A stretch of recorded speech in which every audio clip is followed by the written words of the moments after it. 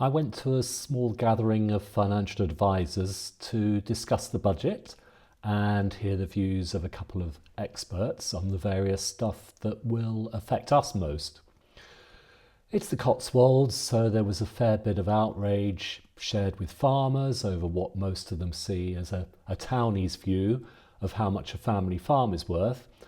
Apparently, and with values of land per acre to back it up, that's a lot more than the £1 million allowance included in the new rules. And watch out, there's a French-style protest of farmers planned in London, with tractors no doubt driving very slowly there around and about.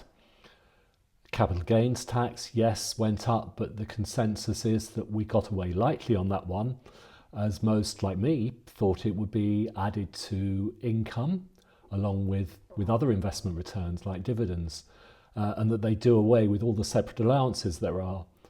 That was too much for HMRC to handle, is the rumour, so it didn't happen. Pensions and the imposition of inheritance tax on them is the other big issue.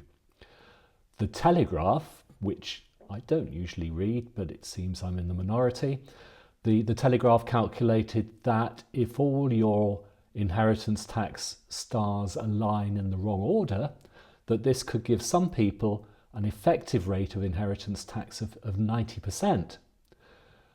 That's if, and bear with me here, your pension pushes your estate over £2 million so that you lose the extra main residence allowance, and it takes into account the fact that if you die over age 75, your pension passes on to your children or other beneficiaries as a pension on which they pay tax, maybe at 40% or 45% if they're prosperous, when they take money out of it.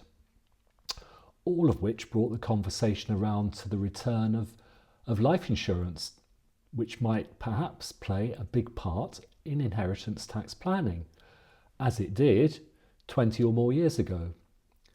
Then it was quite normal for us to tot up the value of someone's worldly worth or estate, work out how much tax might be payable.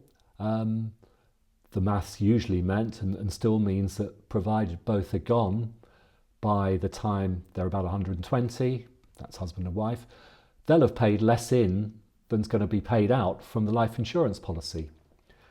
It's, yes, an admission that tax is going to have to be paid, and effectively a way of paying it at a discount. And it will be paid because it's a whole of life policy and we will go sometime. The plan will be set up in trust with the family as the beneficiaries, so that means it's not part of the estate for inheritance tax. And the reasoning is, even if the rules change, and in the extreme case, as has been mooted at times, particularly by the Conservatives, inheritance tax is abolished, which I can't see happening myself, even then the family won't be too upset to get an extra cash legacy. Now, we usually had this conversation with clients in their 50s or 60s, when they hopefully wouldn't have had too many health issues which might make life insurance expensive or impossible to get. One problem nowadays is that we don't really focus on this issue until most people are much older and, as you might say, the end is in sight. And the issue then, of course, is much more urgent in their minds. And you could say the same actually about retirement planning. It's too late when retirement's in sight and not so far away. So, probably our fault. And, well, thanks Rachel for reminding us about it and refocusing our advice minds.